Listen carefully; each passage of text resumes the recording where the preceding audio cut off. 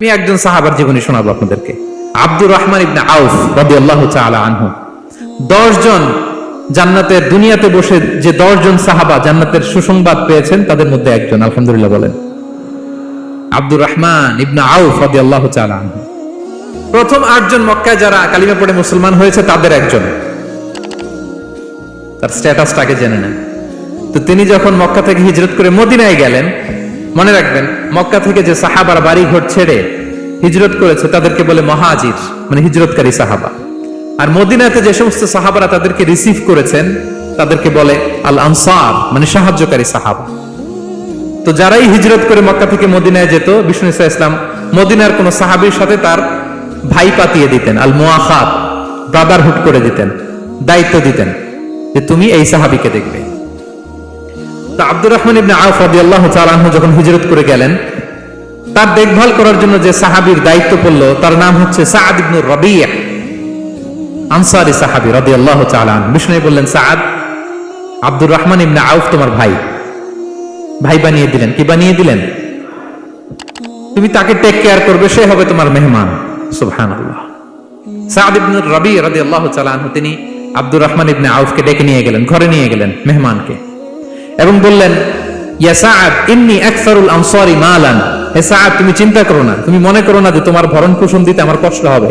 আমি মদিনার সবচাইতে বড় বিজনেস ম্যাগনেট, সবচাইতে বড় বিজনেস ম্যাগনেট আমি। No tension, don't worry about ইট।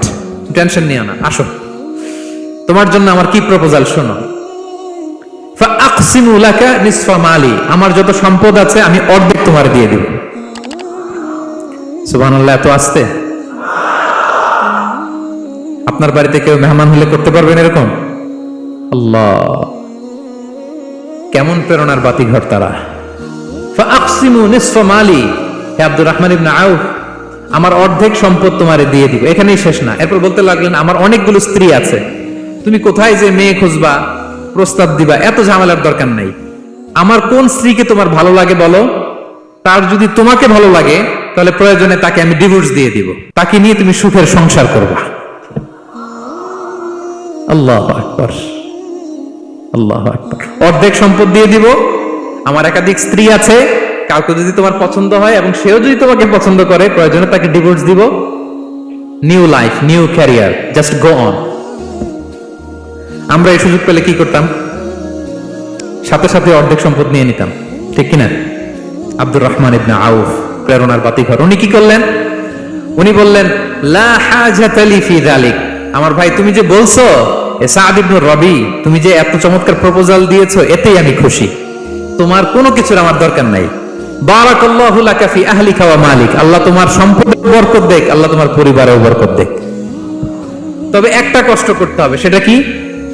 আব্দুর রহমান ইবনে আউফ বললেন, দুল্লানি ইলা সুক, just show me the way to market. মদিনার বাজারটা কোথায় এটা একটু দেখায় দাও। আমি নতুন মানুষ, পথঘাট চিনি না। দুল্লানি ইলা সুক, just show me the way to market of Medina. মদিনার বাজারটা কোন রাস্তায় একটু দেখায় দাও। আল্লাহু আকবার। সাআদ ইবনে রাবি বললেন, এই তো মদিনার বাজার। উনি যে কিছু ঘি কিনলেন, পনির কিনলেন, কিনে বিক্রি করলেন, প্রফিট করলেন। ওই প্রফিট দিয়ে আরো বেশি করে কিনলেন, আবার বিক্রি করলেন, প্রফিট, আবার বিক্রি করলেন, প্রফিট।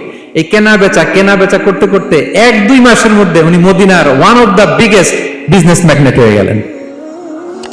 আল্লাহু আকবার। কি হাড় ভাঙা পরিশ্রমই না তারা করেছেন। একেবারে রেডি ক্যারিয়ার ছিল, গেলাম সবচেয়ে বড় বিজনেসম্যানের অর্ধেক সম্পত্তি পেয়ে গেলাম। He didn't accept the ready career, rather he made his own path with his own endeavor. নিজের চেষ্টায়, নিজের পরিশ্রমে, নিজের ঘাম ঝরিয়ে নিজের ক্যারিয়ার তৈরি করেছেন। চিল্লায় বলেন ঠিক কিনা? This is the biography of Abdul Rahman ibn Auf radiyallahu ta'ala anhu.